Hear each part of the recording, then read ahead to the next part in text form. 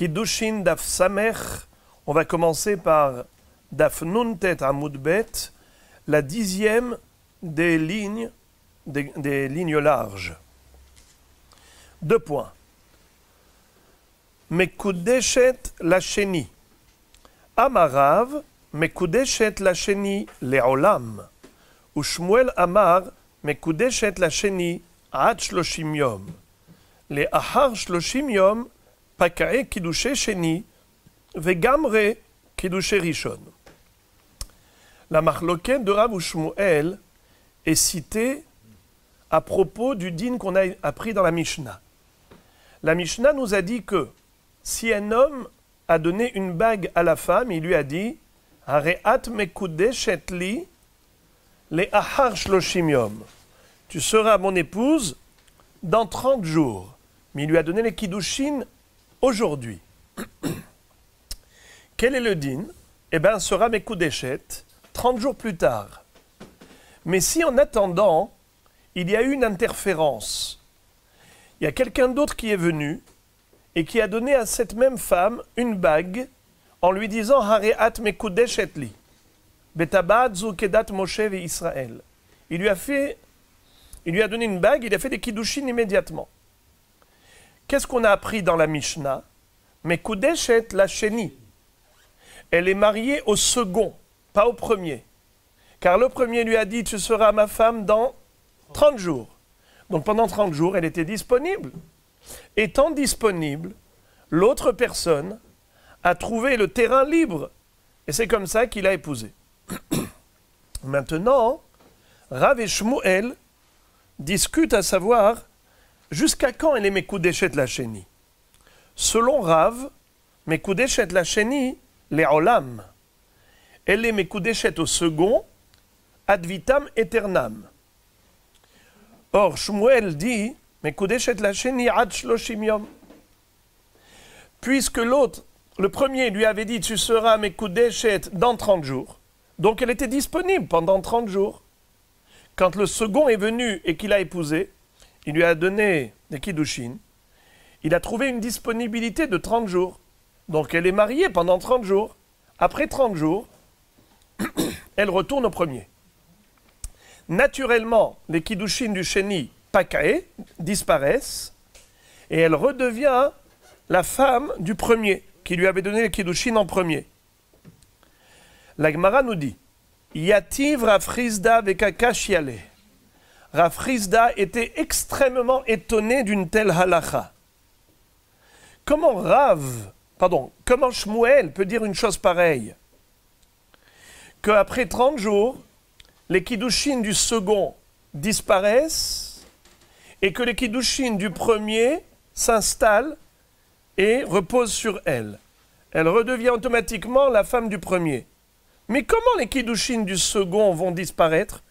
Kiddushe sheni bemai pakae. On sait très bien que un mariage peut être défait soit par un guet, soit par la mort du mari. Or ici, on n'a aucune de ces deux formules qui a eu lieu. Alors comment est-ce que les kiddushin du second vont-ils disparaître? Rav Chisda n'arrivait pas à comprendre l'opinion de Shmuel. Amar le Rav Yosef. Alors Rav Yosef va lui dire, mort, aresha matnela vekashiale. Rav Yehuda, asefa matnela velo kashiale. Il lui a dit, Rabbi, vous avez un problème parce que vous avez cru que Rav et Shmuel, ils parlent du premier cas de la Mishnah. Mais Rav Yehuda dit que la mahloket entre Rav et Shmuel n'est pas relative au premier cas de la Mishnah, à la Recha, mais plutôt à la Sefa, au dernier cas de la Mishnah. C'est-à-dire, voici, Me arshav ou les ahar shloshim yom vechule. Dans la Mishnah, on a appris que si un homme dit à une femme, Hareat mekudeshet li betaba'at zu, Me arshav ou l'ahar shloshim yom. Voici, je te donne une bague et je voudrais t'épouser. Mais arshav, dès maintenant, ou les ahar shloshim yom et après 30 jours. Qu'est-ce que ça veut dire, dès maintenant et après 30 jours? La Mishnah nous a dit que la première personne lui a donné une bague en lui disant « Areat mekudeshet li me'arshav ou le'achar shloshim yom ». Ensuite, quelqu'un d'autre est venu et lui a dit « Areat mekudeshet li ». Il lui donne lui aussi une bague et lui aussi les mekadesh otam. Mais lui est mekadesh immédiatement. Quel est le din dans ce cas? La Mishnah nous a dit « Mekudeshet ve'ena mekudeshet ». Elle est safek mekudeshet aux deux. Peut-être au premier, peut-être au deuxième. Et de ce fait, elle ne peut aller ni avec le premier, ni avec le deuxième. Il va lui falloir un guet de l'un des deux. Nahon.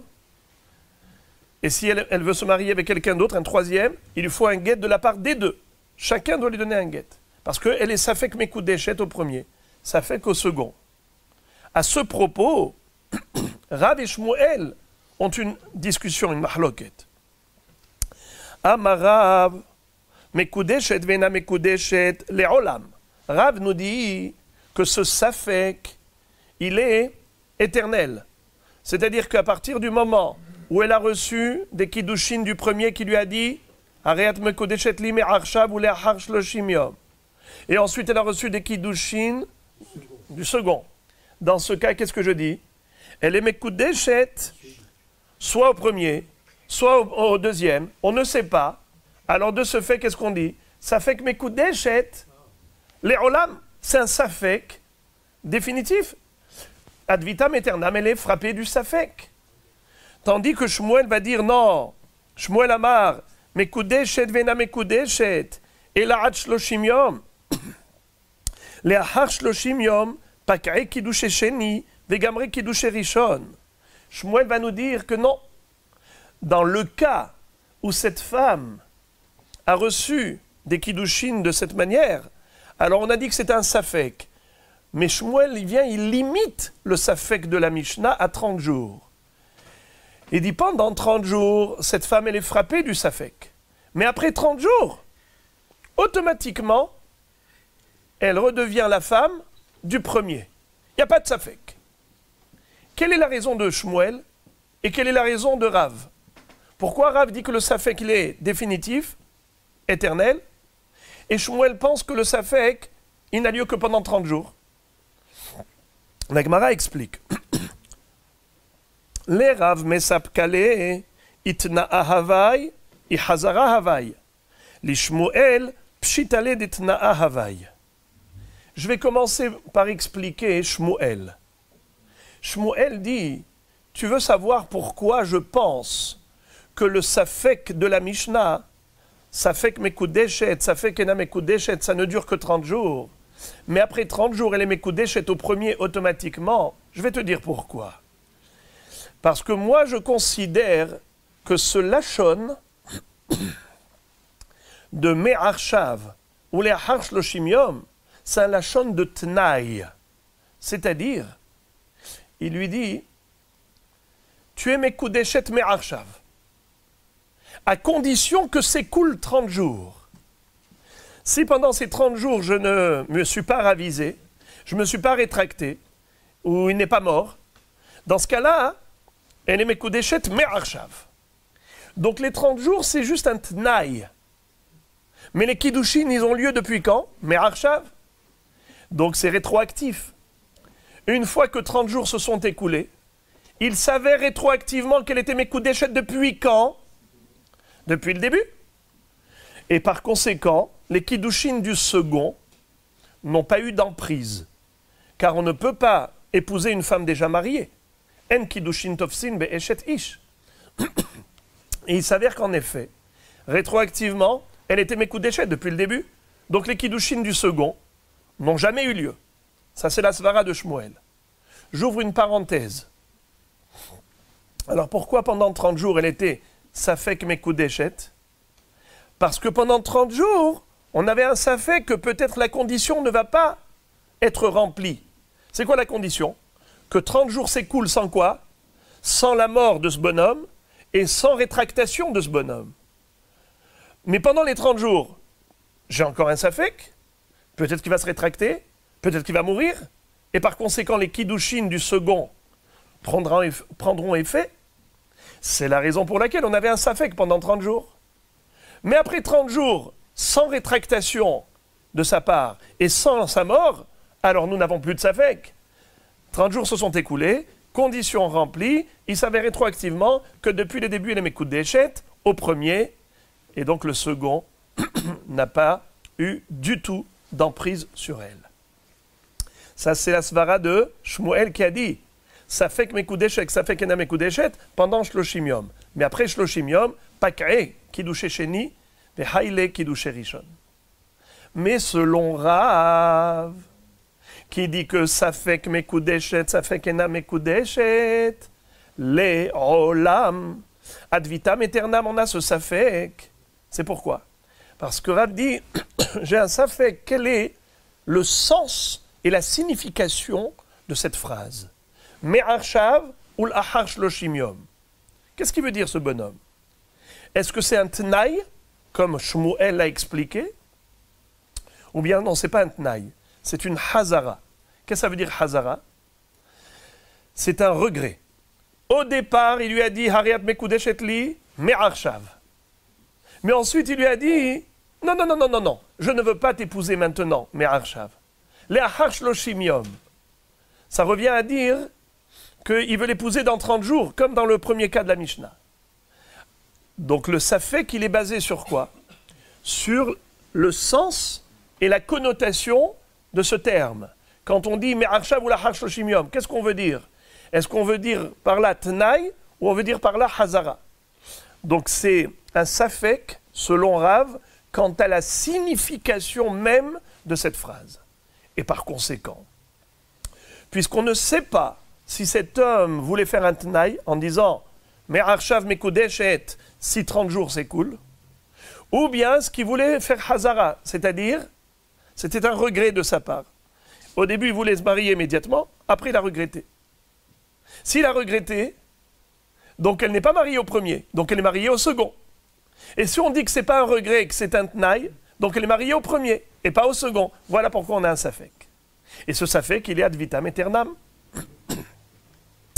La Gemara nous dit Ubi plugta dehanetanae. En réalité, cette mahloket, quant au sens de cette phrase, est-ce que c'est un tnaï ou bien est-ce que c'est safek tnaï, safek hazara? C'est une mahloket qu'on retrouve déjà dans une baraïta entre Tanaïm. Detania mehayom ou le aharmita get ve'eno get. Divrei Chachamim. Rabbi Omer kaze get. La marloquette, elle est à savoir quel est le din si quelqu'un a donné un get à son épouse. Et il lui dit, je voudrais te divorcer, mehayom ou le aharmita. Dès aujourd'hui, après ma mort. Alors, selon Chachamim, get ve'eno get, c'est un safek. Est-ce qu'elle est divorcée ou pas? Selon Rabbi, kazé get. Rabbi dit que c'est sûr que c'est un get. Pourquoi ce bonhomme a voulu divorcer de cette manière?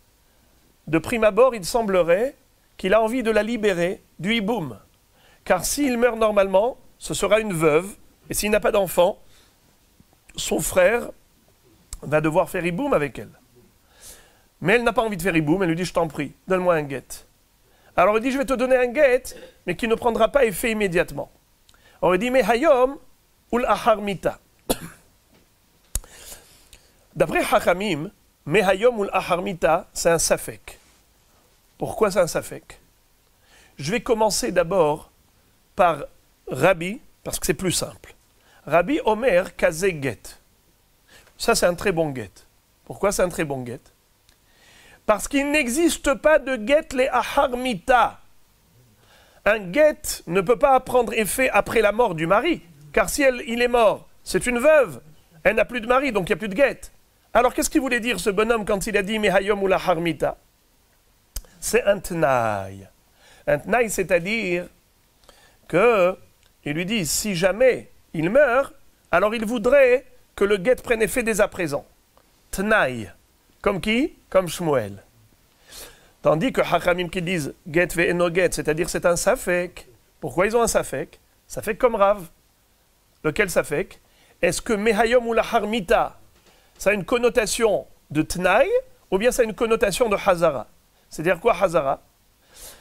Au début, il voulait divorcer dès aujourd'hui. Il lui a dit Arezegiter Mehayom. Après, il a regretté, il dit non, les harmita. Comme pour dire, je ne vais jamais te divorcer. Je voudrais que le guet prenne effet après la mort. Sous-entendu, qu'il ne prendra jamais effet. Car les harmita, ça n'existe pas. Donc, pourquoi il a dit Mehayom ou la harmita? Pour lui faire plaisir, il a fait un semblant de guet. Donc, il dit Mehayom, mais après il dit non, je regrette. Les harmita. Il a regretté. Donc, nous voyons ici la même mahloket qu'il y avait entre Rav Shmuel à propos de Kiddushin. C'est la même mahloket que nous retrouvons déjà entre les Tanaïm à propos de Girushin. La Gemara pose une question et elle demande, dans ce cas-là, Venima Rav alacha kerabanan, Venima Shmuel alacha kerabi. Pourquoi est-ce que les Amoraïm ont renouvelé la même mahloket? Ils ont recommencé le débat, c'est-à-dire la même mahloket qu'on a retrouvée entre Rabbi et Hachamim. Rav et Shmuel, qui sont des Amoraïm, répètent la même mahloket. Mais ce n'est pas ça ce qu'ils auraient dû faire.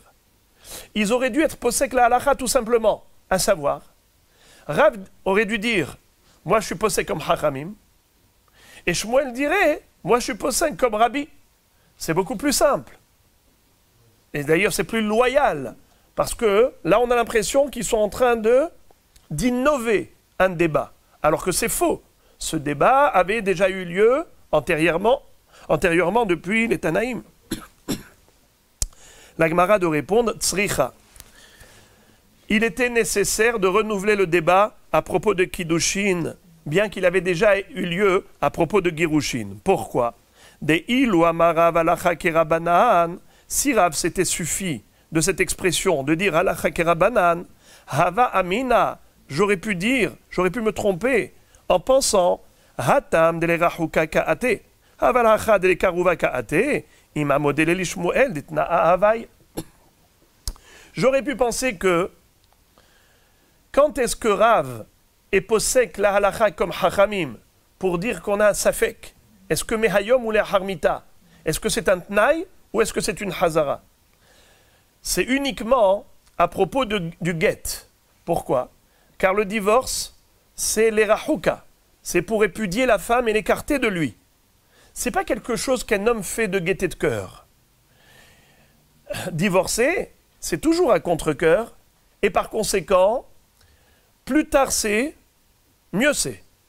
Là je dis, j'ai un safek, est-ce que c'est un tnaï, ou bien peut-être que c'est une hazara. Au début il a voulu divorcer, après il s'est dit non, j'ai pas envie de divorcer. Les harmita, que le guet prenne effet après la mort. Pourquoi?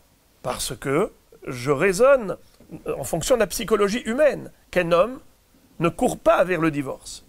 Tandis qu'à propos de Kiddushin, si un homme dit Hariat mekudeshet li me'arshav ou le'achar shloshim yom, il se peut que même d'après Rav, c'est un tnaï. Même Rav serait d'accord avec Shmuel que tna'a have, c'est un tnaï. Et donc, il veut que les Kiddushin aient lieu dès à présent. Simplement, il faut que s'écoule 30 jours de possibilité de rétractation. Pourquoi est-ce qu'il a attendu 30 jours? Après 30 jours, ça aura lieu quand? Comment? Rétroactivement. Après 30 jours, la condition est remplie et ça a lieu rétroactivement. Et pourquoi est-ce qu'il s'est laissé 30 jours de rétractation? Rashi de dire Shema da'ato ala heret. Regardez la première des grandes lignes de Rashi. Dilma have hazara, delo ratza le katsha me'arshav, shema da'ato ala heret. Excusez-moi. Les Kiddushin, c'est les Karouva. Les Kiddushin, c'est les Karouva. C'est pas les Rahuka. C'est pour la rapprocher de lui. C'est pas pour l'éloigner de lui. Un homme s'empresse de se marier. Il est heureux de se marier. Donc là, dans ce cas-là, même Rav aurait pu reconnaître l'avis de Shmuel en pensant qu'elle est mariée depuis le début, rétroactivement. Voilà pourquoi il fallait que Rav se répète en disant non, le safek qu'on a par rapport à Girushin, c'est le même safek qu'on a à propos de Kiddushin. Et il n'y a pas de différence entre les Karouva et les Rahuka.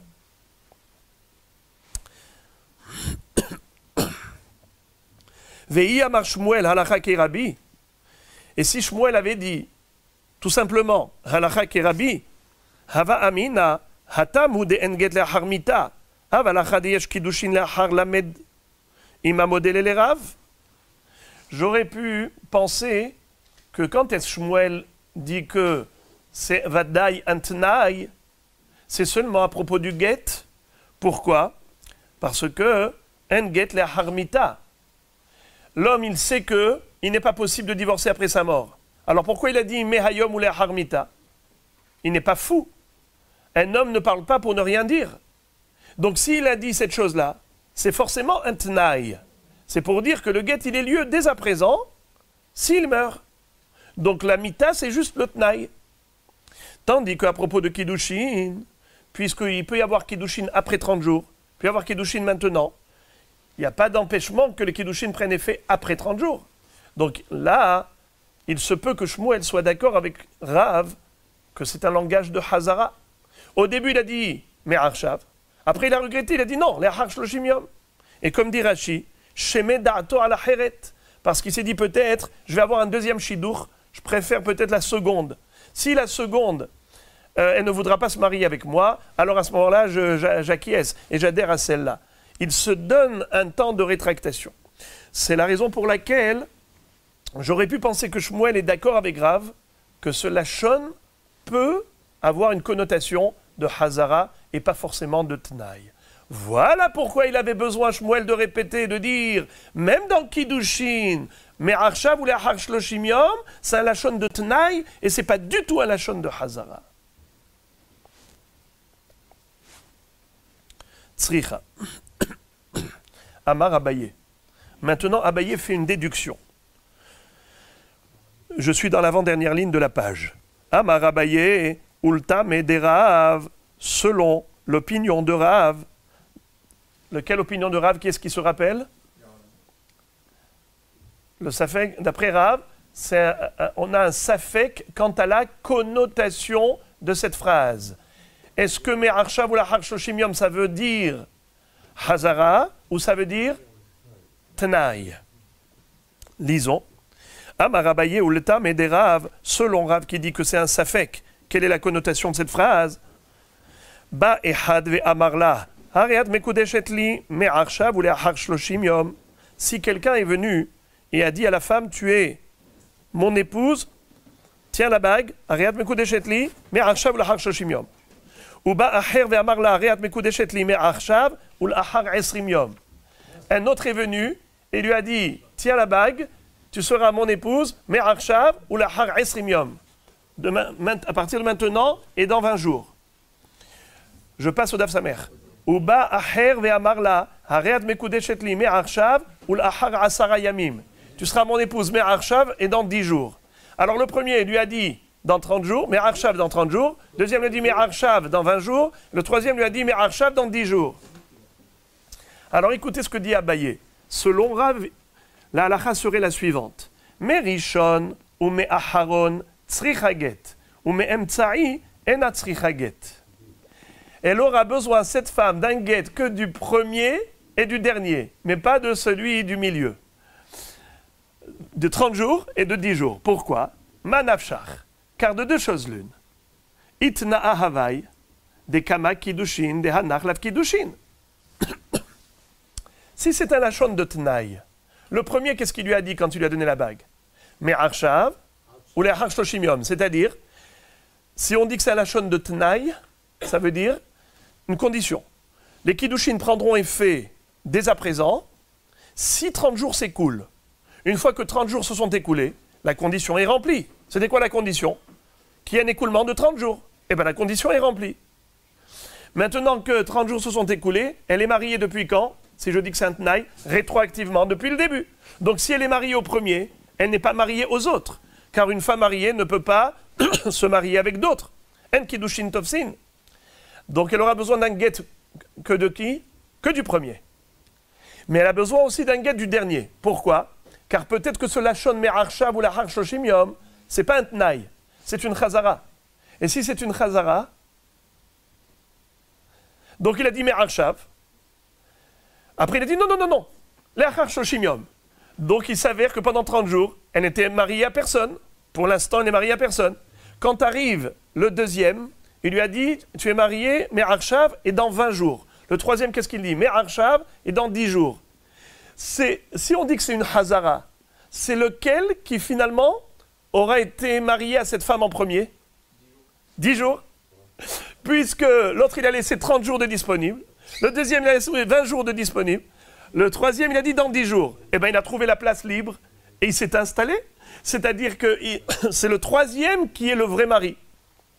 Car les deux premiers, quand ils ont dit dans 30 jours, dans 20 jours, ils ont laissé la place encore disponible pendant 30 jours, 20 jours. Le troisième, qu'est-ce qu'il a dit? Dans 10 jours. Eh bien, dans 10 jours, c'est devenu sa femme. Si c'est devenu sa femme, ça ne peut pas être la femme des autres.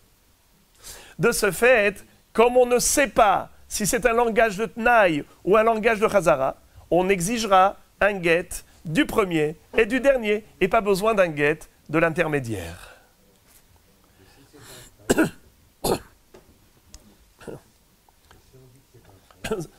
Eh c'est justement le Safek, d'après Rav. Rav, on a un Safek, est-ce que cette phrase, elle veut dire Hazara ou elle veut dire Tnaï? C'est Tnaï, donc c'est le premier qui est Kiddushin. C'est tout. Et si c'est une Hazara, c'est que le dernier. Alors c'est la raison pour laquelle il faudra un guet de l'un et de l'autre, parce qu'on ne sait pas quel est le sens de cette phrase. D'après Rav, on a un Safek quant à la signification de cette phrase. Voilà. Et donc, on a un Safek, est-ce que c'est le premier ou le dernier qui était Mekadesh? La Gemara dit Pshita. La Gemara dit, mais c'est évident. Avec un peu de réflexion, on y arriverait nous-mêmes à cette conclusion. Qu'est-ce que Abaye est venu nous enseigner? A priori, il a fait ici un calcul qui est absolument logique et que n'importe qui aurait pu faire. La Gemara de répondre Mahudetema Hailishna Mashma Tna'a ou Mashma Hazara Vetib'i Gita Mikol Had Vehad Kamashma Alan. C'est très beau ce que nous dit la Gemara ici. Il dit Abaye, il est venu nous enseigner quel est le sens du Safek de Rav. Il y a deux façons comment comprendre le Safek. Soit je dis que le Safek, d'après Rav, il est au niveau de la connotation. Quel est le sens des mots? Mais Arshav ou la Harshoshimium. Est-ce que ça veut dire Tnaï, comme dit Shmuel, ou bien est-ce que ça veut dire Hazara, qui est le Chozerbo? Au début, il voulait dire mais Arshav, après il s'est ravisé, il a dit non, la Harshoshimium. Mais il y a une autre façon de comprendre le Safek. Écoutez bien. Behemet, ce langage, c'est un langage neutre, qui parfois peut avoir une connotation de Tnaï, et parfois peut avoir une connotation de Hazara. Et tout dépend de la personne. Qu'est-ce qu'elle veut, cette personne? Quel est son desiderata? Elle veut exprimer un Tnaï, ou elle veut exprimer une Hazara? Pour l'un, ça peut être un Tnaï, pour un autre, ça peut être une Hazara. Alors dans ce cas-là, si tu me dis que c'est ça le Safek qui n'est pas au niveau du langage, le Safek il est au niveau de la kavana de chaque personne, individuellement. Alors dans ce cas-là, combien de guettes il va falloir? 3 guettim. Celui qui a dit dans 30 jours, dans 20 jours, dans 10 jours, chacun devra donner le guet. Pourquoi? Car il se peut que pour le premier, c'était une Hazara. Pour le deuxième aussi, c'était une Hazara. Mais pour le troisième, c'était un Tnaï. Ou bien le contraire. Pour le premier, c'était un Tnaï. Pour le deuxième, troisième, c'était une Hazara. Ou que celui du milieu, c'était un Tnaï. Et le premier, le dernier, c'était une Hazara. Dans ce cas-là, tu ne sais pas qu'est-ce que chacun a pensé. Il n'y a que Hachem qui scrute les cœurs et qui sonde les reins. Nous, on n'est pas prophètes. De ce fait, on peut avoir un Safek dans la kavana de chacun. Alors, puisqu'on a un Safek dans la kavana de chacun, il faudra un guet de tout un chacun. Des 3.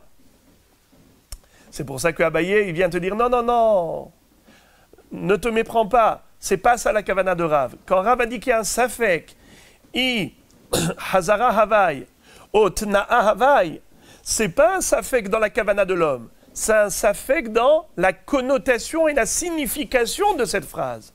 Qu'est-ce que cette phrase veut dire? Qu'est-ce que ces mots contiennent? C'est ou ça ou ça.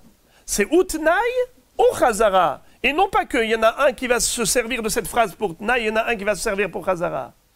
Le Safek, il est dans l'absolu, au niveau du langage. Quelle est la signification de ces termes? C'est la raison pour laquelle, puisqu'on a un Safek, est-ce que c'est Tnaï ou Chazara? Alors il n'y a que le premier et le dernier qui devront donner le guet, pour que cette femme ne soit pas frappée de ce Safek.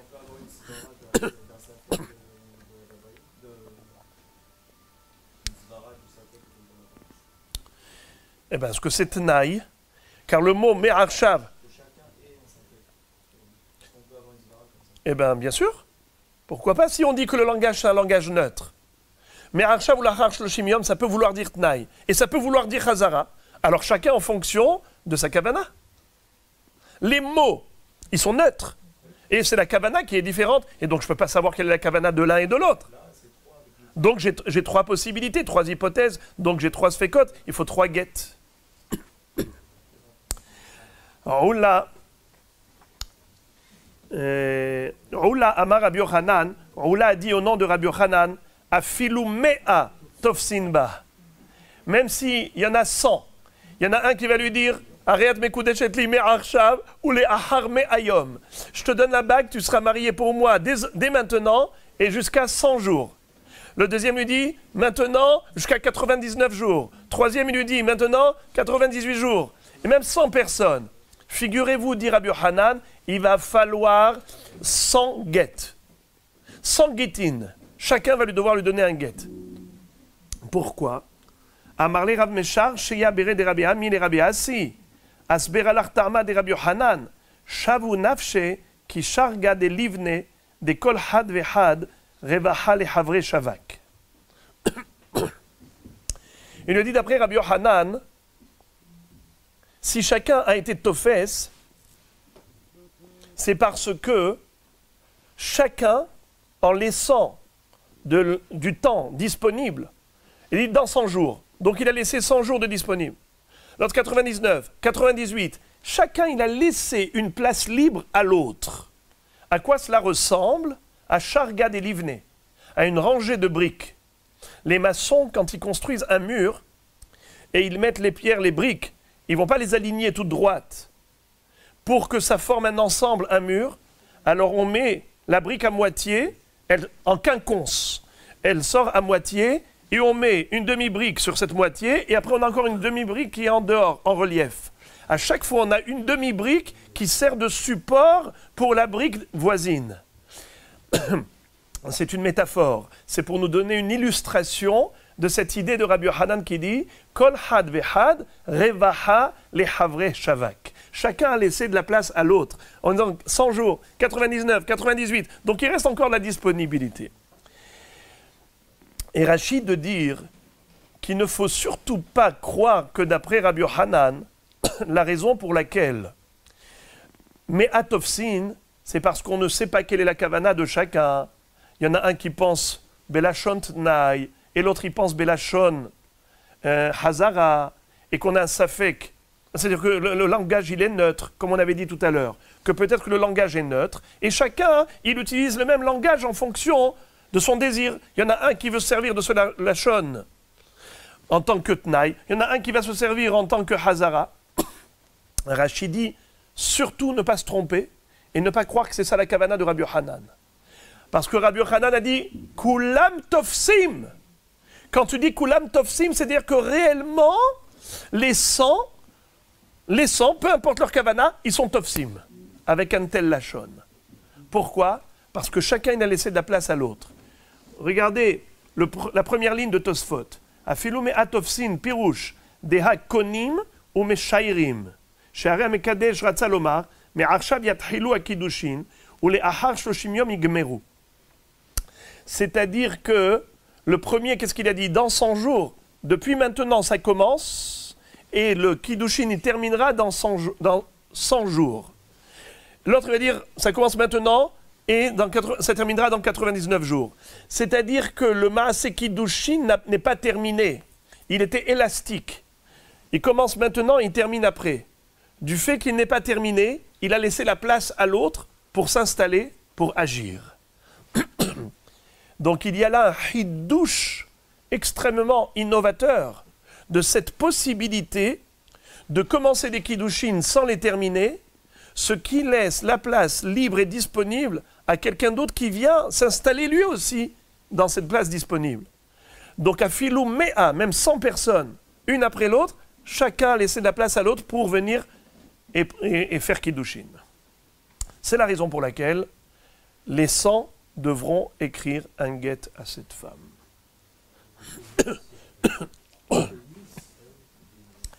La Gemara dit comme ça. Metiv Rav Chanina, mehayom uleachar mita, get ve'eno get, ve'imet choletzet velo mityabemet. Bish lama lerav mesaya le, nishmuel nami hamane rabanan hi, ve'anan de amre kerabi, ela le Rabbi Yochanan, de amar shiura have, kol gita de meshayer ba, velo klum hu. Yaboumé meyabem. La Gemara maintenant va poser une kushia très forte à Rabbi Yochanan. Elle va dire, selon Rav Shmuel, je comprends cette baraïta. Mais cette baraïta, elle est incompréhensible d'après Rabbi Yochanan. Regardons. La baraïta, qu'est-ce qu'elle nous dit? Mehayom ou le harmita, get ve'eno get. Si quelqu'un donne un get à son épouse, et il lui dit, Mehayom ou le harmita, ce get, je te le donne pour qu'il prenne effet dès aujourd'hui et après ma mort. Mehayom ou la harmita. Alors, qu'est-ce que dit la baraïta? Get ve'eno get. C'est un safek. Est-ce que ce get est valable? Et par conséquent, ve'imet, si cet homme finalement est mort, quel sera le statut de cette femme? Elle devra faire iboum, oui ou non? Est-ce que c'est une veuve ou une divorcée? Si elle est veuve, elle doit faire iboum. Si elle est divorcée, elle ne fait pas iboum. Assour. Alors on dit comme ça. Choletzet velo mityabemet. Comme on a un safek, est-ce qu'elle doit faire iboum ou pas? Alors l'échappatoire, c'est la halitza. Elle fait halitza, mais attention, elle ne fait pas iboum parce que elle est safek et shet'ah. La Gemara dit bish lama le Rav mesayale. D'après Rav, cette baraïta, elle est limpide comme l'eau de roche. C'est normal qu'elle ne puisse pas faire iboum et qu'elle doit faire halitza. Parce que peut-être que ce lachon, c'est un lachon de tnaï. Et donc le get, il est rétroactif depuis le jour où il lui a donné le get. Donc elle est groucha. Et par conséquent, elle ne peut pas faire iboum. Mais d'autre part, on ne peut pas la libérer sans halitza. Parce que peut-être que c'est get les aharmita. C'était une hazara. Au début, il a dit me'ayom. Mais après hazarbo, il s'est ravisé. Il lui a dit la harmita. Et comme le get ne prend pas effet après la mort, donc c'est une veuve. Si c'est une veuve, elle doit faire iboum. Ou halitza. Comme on ne peut pas faire iboum, elle fait halitza. Obligatoire. Alors, il m'a dit, d'après Rav, c'est clair. Ni Shmuel nami, hamane rabananhi. D'après Shmuel, qu'est-ce qu'il va dire? Shmuel, lui, il avait dit que tnaï, c'est un lachon de tnaï. Alors, comment se fait-il que cette femme-là a besoin de khalitza? Mais si c'est un tnaï, donc rétroactivement, il est mégoréchet depuis le jour où il lui a donné le guet. Donc, c'est une divorcée, c'est pas une veuve. Alors, qu'est-ce qu'on a besoin de khalitza? Réponse, ça, Shmuel avait dit que d'après Rabbi, mais d'après Rabbanan, qui avait dit Megoreshet vena megoreshet, d'après Rabbanan, c'est safek tnaï, safek razara. Donc je peux comprendre pourquoi cholet cette velo mityabemet. Parce qu'il va te dire Hamane rabbananhi ve'anan de amre kerabi. Cette braïta, elle correspond à l'opinion de Hachamim, mais moi je suis possède comme Rabbi. Et là, les Rabbi Yochanan, de amar shiura have, kol gita de meshayerbe, velo klumhu. Rabbi Yochanan, je ne te comprends pas. Encore dans Kiddushin, je peux comprendre que quelqu'un, il a commencé les Kiddushin, il n'a pas terminé. Il a dit Me'arshav ou le'achar me'ayom, Me'arshav ou le'achar tishim et teshayom, et ainsi de suite. Il a commencé aujourd'hui et il n'a pas terminé les Kiddushin jusqu'après 30 jours, jusqu'après 100 jours. Ça, je peux le concevoir au niveau des Kiddushin. Mais comment est-ce que ça peut être applicable au niveau des Girushin? Mais au niveau du get, un get, c'est ou un get total, get keritut, que c'est une vraie rupture, ou bien ce n'est pas un get. Au niveau du get, ça n'existe pas un get à moitié. C'est ou bien c'est un get ou ce n'est pas un get. Parce que la Torah a écrit, Vikatavla, c'est faire keritut. Il faut un livre de rupture. Or ici, il n'a pas rompu totalement les liens, puisqu'il a commencé la rupture, il n'a pas terminé. Donc ce n'est pas de la rupture. Alors je ne comprends pas pourquoi il ne ferait pas de hiboum. Si la rupture n'en est pas une, le get n'est pas valable, Donc, elle n'est pas divorcée. Si elle n'est pas divorcée, qu'est-ce qu'elle est? Veuve. Si elle est veuve, qu'est-ce qu'on doit faire? Iboum. Pourquoi on a dit Choletzet velo mitia bemet? Pourquoi tu lui as interdit le iboum? Amarava get le hotzi ou mita le hotzi ma sheshir get gemarato mita. Rava dit quelque chose de phénoménal. Il dit que, en réalité, cette fille-là, pourquoi est-ce qu'elle ne fera pas iboum? Parce que le guet, il a commencé, et la mort, elle a terminé ce que le guet a commencé. Dans le sens où, c'est vrai, au moment où il lui a donné le guet, elle n'était pas encore totalement détachée de son mari.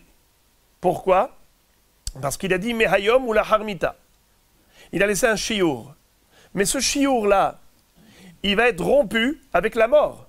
Ce que le guet n'a pas complété, la mort l'a complété. Macheshi erget, gemarato mita. Qu'est-ce qui fait le guet? Il fait une rupture. Alors là, il y a eu une demi-rupture. Mais quand il y a eu la mort a complété la rupture pour qu'elle soit totale, complète. Et de ce fait, on comprend que quoi? Exactement, que elle ne peut pas faire iboum. Amarlé Abaye objecte. Il lui dit Midami, cette réponse n'est pas satisfaisante. Get motsia mirshut yabam, mita marnisa l'irshut yabam. Le get et la mort, ce sont deux opérations qui sont diamétralement opposées. Le get, qu'est-ce qu'il fait? Motsia mirshut yabam. Quand un homme divorce de son épouse, et après il meurt, son frère ne pourra pas faire iboum, parce qu'elle a un statut de divorcée et non pas de veuve. Et si au contraire, il est mort et il n'a pas divorcé, donc elle doit faire iboum. Donc qu'est-ce qu'elle fait la mort? Elle introduit la femme dans le réchout du yabam. Qu'est-ce que fait le guet? Il fait sortir la femme du réchout du yabam. Donc comment tu peux me dire que la mort a complété l'effet du guet? Mais ça ne peut pas du tout par rapport au iboum être un complément, car c'est un effet diamétralement opposé au guet. La mort, elle est opposée au guet, et non pas complémentaire. Et là, Amar Abaye, Abaye donne une autre raison pourquoi Cholet Set Velo Mitia Bemet.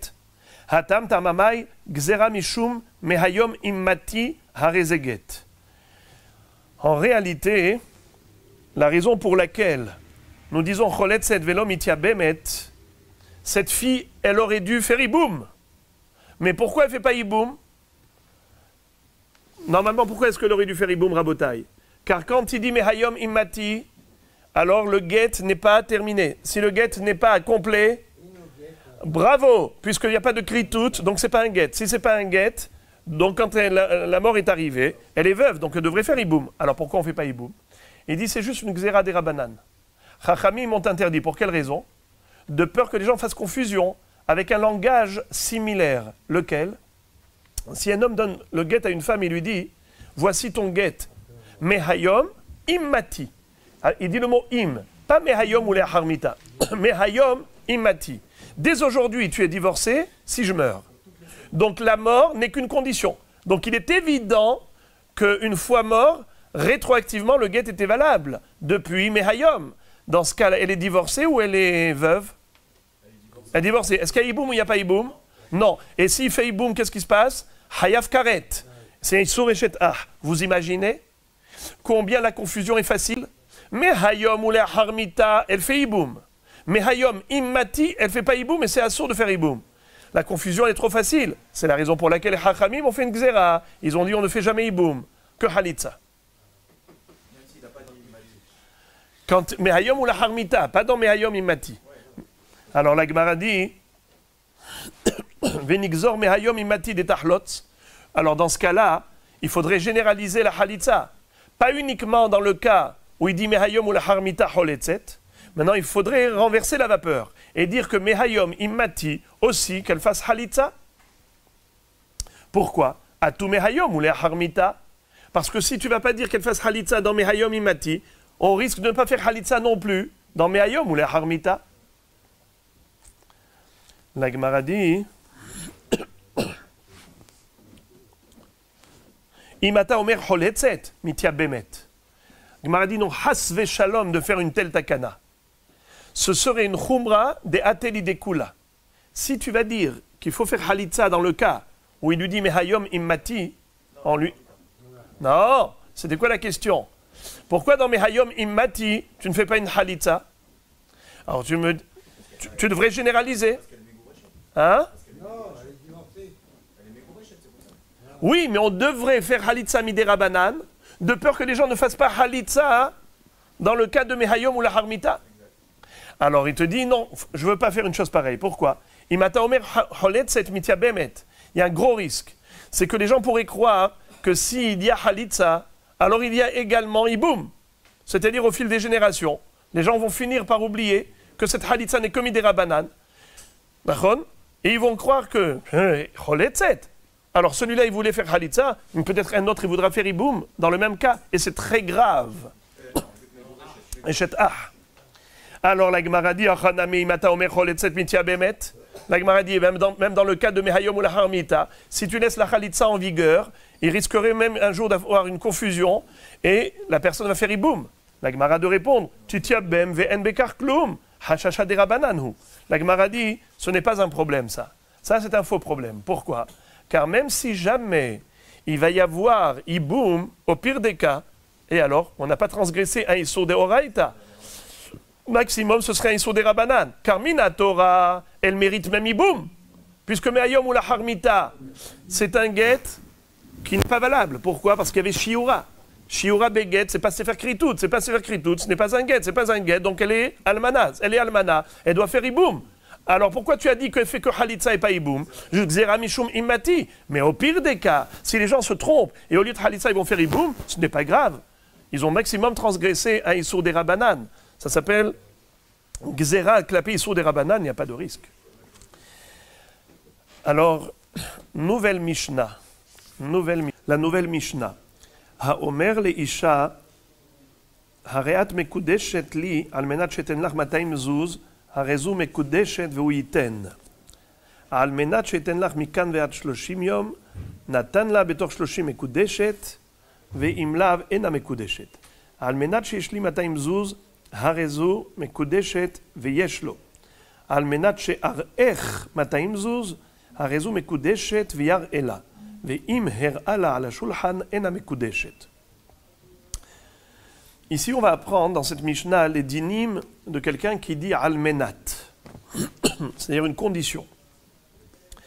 Haomer liisha reat mekudeshet li almenat she'eten lach 200 zuz. Harezu mekudeshet ve'hu yiten. Si quelqu'un dit à un homme, voici ta bague, je suis mekadesh otar bepruta, à une condition, c'est que je te donne 200 zuz. Harezu mekudeshet ve'hu yiten. Elle sera en effet mariée, il suffira simplement qu'il accomplisse ce qu'il a promis, qu'il remplisse la condition, qu'il lui donne les 200 zuz. Almenat she'eten lach mikan ve'ad 30 yom. Si par contre il lui a dit, sache que je te donnerai les 200 zuz dans un laps de temps de 30 jours, alors, natan la betor 30 mekudeshet ve'im lav ena mekudeshet.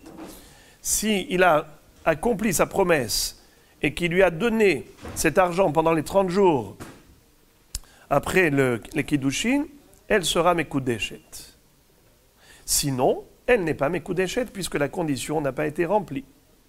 Almenat sheyesh li 200 zuz, harezu mekudeshet veyesh lo. S'il lui dit, sache que je suis riche, j'ai 200 zuz, alors elle sera mekudeshet à condition qu'il en ait 200 zuz. Almenat she'arech 200 zuz. Il lui dit, tu es mekudeshet, voici une bague, je suis mekadesh otar, à condition que je possède, que je te montre 200 zuz, 200 zuz. Harezu mekudeshet ve'yar'ela. Alors il sera mekudeshet à condition qu'il lui montre. Ve'im her'a ala shulchan ena mekudeshet. Mais si il lui a présenté de l'argent sur la table, elle n'est pas mekudeshet. Rashi explique, ça veut dire sur la table. Il s'agit d'un shulhani. Dans un bureau de change, nous avons un shulhani, un changeur. Lui, il met l'argent sur le comptoir. l'argent qu'il met sur le comptoir, ce n'est pas toujours son argent. S'il met devant elle Mataim Zouz, mais c'est de l'argent qu'il a reçu des gens, ce n'est pas son argent. Dans ce cas, elle n'est pas Mekudeshet. Her'ala la shulchan ena Mekudeshet. Il faut qu'il lui montre de l'argent qui lui appartient à lui. Fin de la Mishnah, Gemara. La Gemara va nous citer une marloquette entre Rav Huna et Rav Yehuda. Itmar, Rav Huna amar vehu yiten, Rav Yehuda amar leksheiten.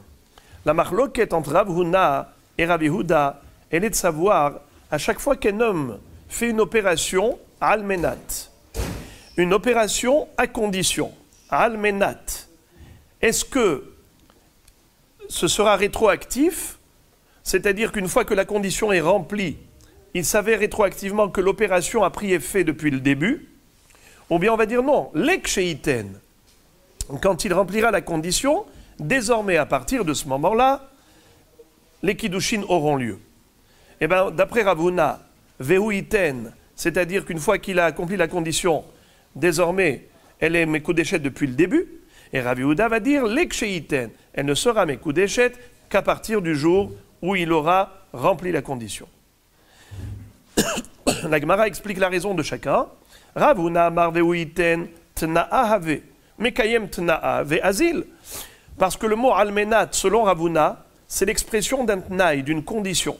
Tu as accompli la condition, et bien évidemment, le facteur déclenchant l'opération depuis le début, c'est le remplissage de la condition. Une fois que la condition est remplie, rétroactivement, il était mekudeshet. Rav Yehuda amar leksheiten. Rav Yehuda dit non. C'est pas seulement un facteur qui va déclencher rétroactivement les kiddushin. Les ksheiten, c'est à ce moment-là que les kiddushin prendront effet. Ça fait partie du maaseh à kiddushin en quelque sorte. Quand un homme dit Areat mekudeshet li almenat shaniten lach mataim zuz, alors quand il donnera les mataim zuz, désormais à ce moment-là, les kiddushin prendront effet. Comme quelqu'un qui dit Areat mekudeshet li ahar shloshim yom. Les chiyaïv havu kiddushé. Quand il lui donnera, les kiddushin prendront effet. Hashtamiha lo havu kiddushin. Pour l'instant, ces kiddushin n'ont pas du tout eu lieu. Maï benayu, quelle est la différence entre ces deux approches? Si on dit que c'est rétroactif, ou bien que ce n'est qu'à partir du moment où la condition sera remplie, l'opération prendra effet. Ika benayu shepashtayada vekibla kiddushin me aher. La différence, elle est dans le cas où elle a reçu des kiddushin de la part de quelqu'un d'autre.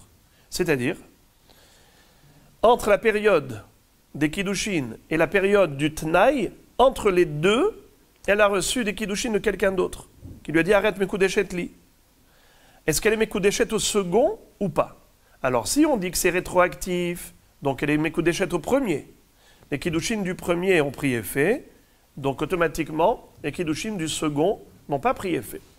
Mais si je dis que ce n'est pas rétroactif, que ce n'est qu'à partir du moment où la condition est remplie, c'est là où les kiddushin prennent effet, étant donné que le deuxième qui est venu lui remettre la bague, il lui a dit arrête mekudeshet li immédiatement, à ce moment-là elle était disponible, et donc d'après Rav Yehuda, havu kiddushe. Elle est mekudeshet au second. La Gemara fait une similitude avec une discussion similaire qui a eu lieu entre Rav Huna et Rav Yehuda, mais cette fois-ci, non pas à propos de Kiddushin, mais à propos de Gerushin. Voici. Utnan Nami, Gabe Gitin, qui hay Gavna. On a étudié également, à propos du get, le même débat.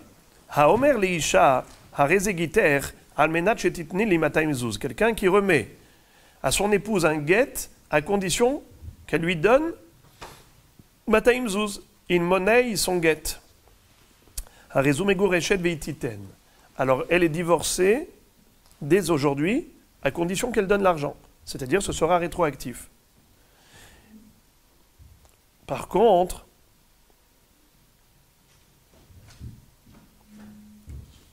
Rav Yehuda amar lekshetiten. Rav Yehuda dit non, le get ne sera pas rétroactif. La prise d'effet du divorce n'a lieu que à partir du moment où elle lui aura remis les Matayim Zuz. Quelle est la raison de chacun? Rav Huna amar vehititen tna ahave.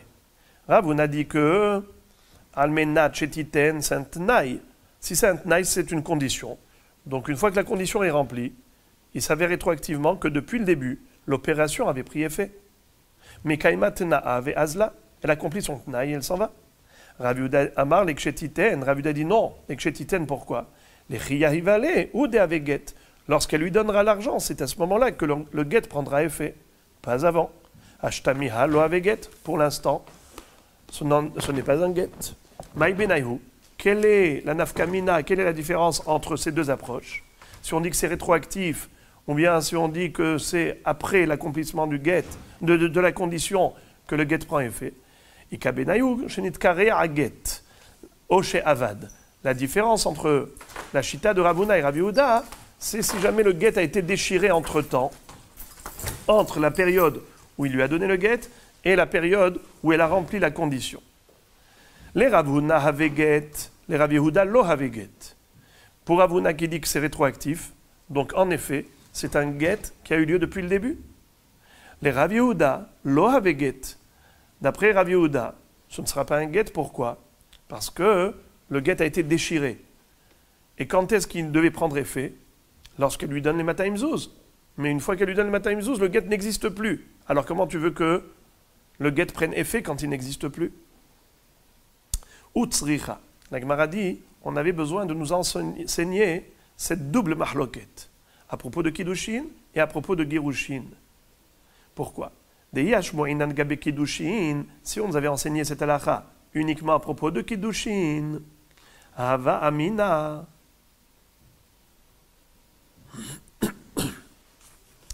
Beha ka'amar Rav Huna, mishum del karuva ka'ate, aval girushin del rahaka ka'ate, ima modèle les Rav Yehuda.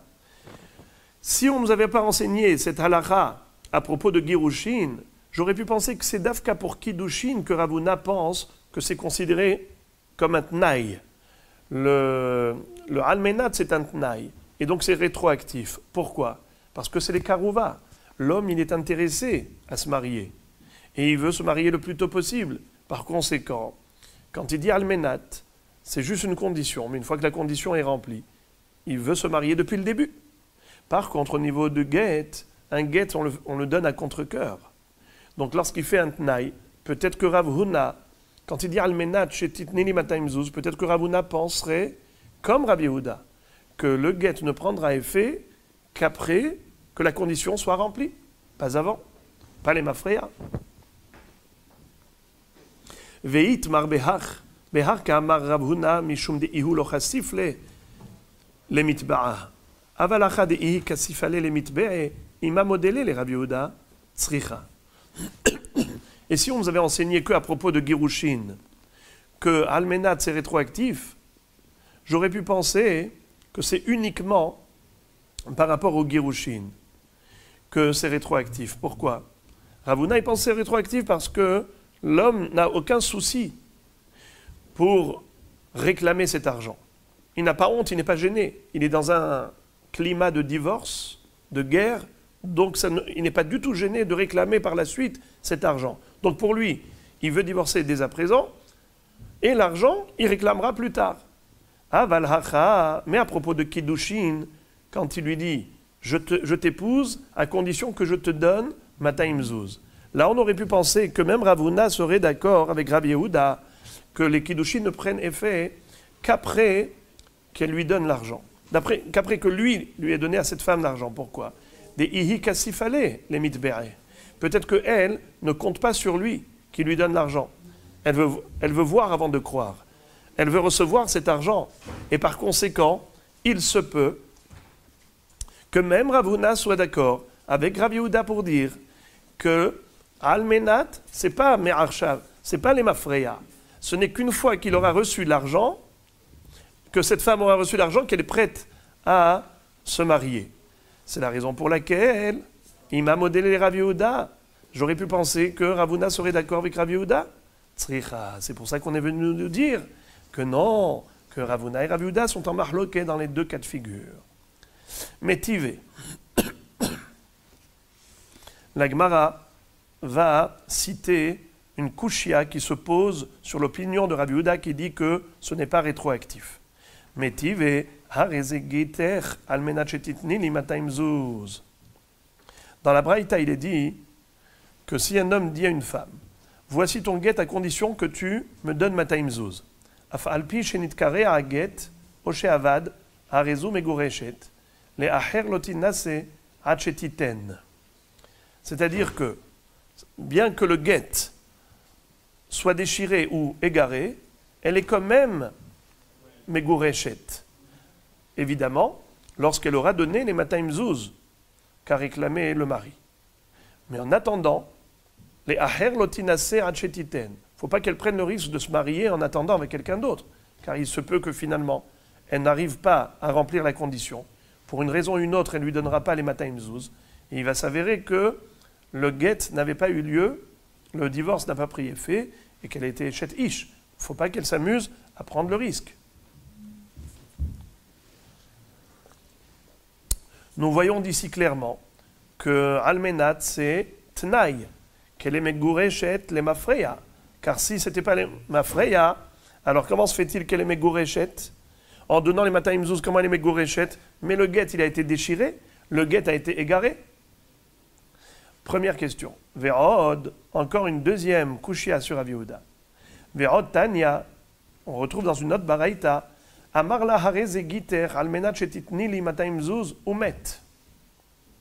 S'il lui dit, je te donne le guet à condition que tu me donnes 200 zuz.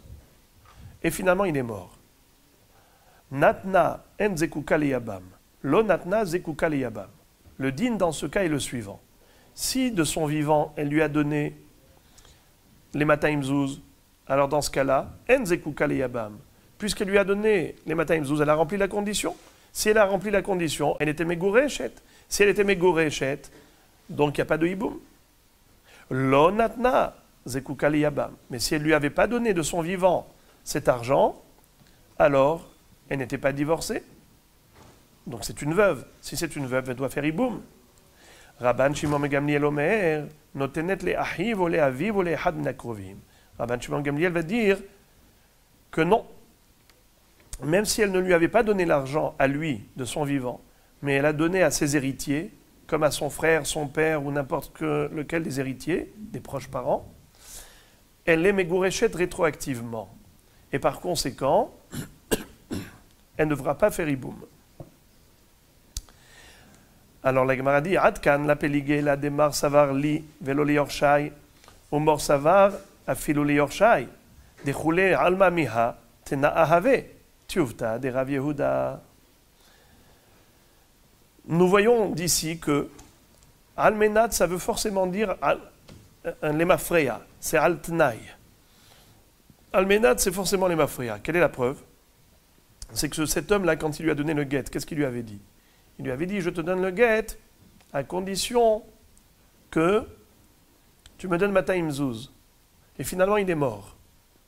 Alors si on dit que la prise d'effet du guet, ce n'est qu'après avoir rempli la condition. Comment Rabban Shimon ben Gamliel peut dire que si elle a donné de l'argent aux héritiers, elle est megoreshet, mais il n'y a pas de guet la harmita. Et là, on est obligé de dire que c'est rétroactif. Que si elle donne aux héritiers, il s'avère rétroactivement qu'elle était megoreshet depuis le début quand il lui avait donné le guet. Donc tu vois que c'est rétroactif. Et même Hachamim, qui sont en marloquette avec Rabban Shimon Gamliel, ne sont pas marloquettes par rapport à ce principe. Même pour eux, c'est rétroactif. Seulement, eux, ils considèrent que quand l'homme a posé une condition et qu'il a dit Al-menat shetitni li 200 zuz, condition que tu me donnes 200 zuz, il voulait dire à moi et pas à mes héritiers.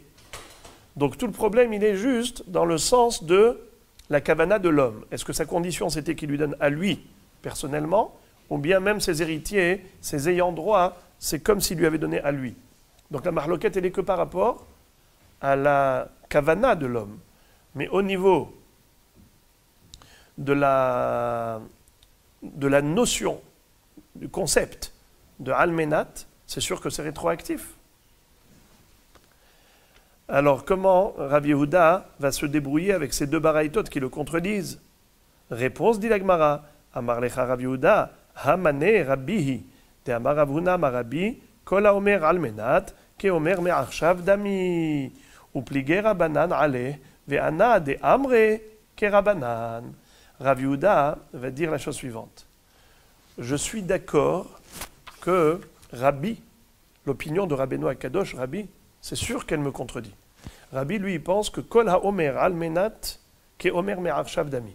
Tout celui qui dit almenat, c'est comme s'il disait depuis maintenant, dès à présent. Une fois que tu vas accomplir la condition, il va s'avérer rétroactivement que dès à présent, l'opération avait eu lieu. Ça, c'est l'opinion de Rabbi. Les Chachamim ne sont pas d'accord avec Rabbi. Et moi, je suis sommaire, je m'appuie sur l'opinion de Chachamim et pas sur l'opinion de Rabbi.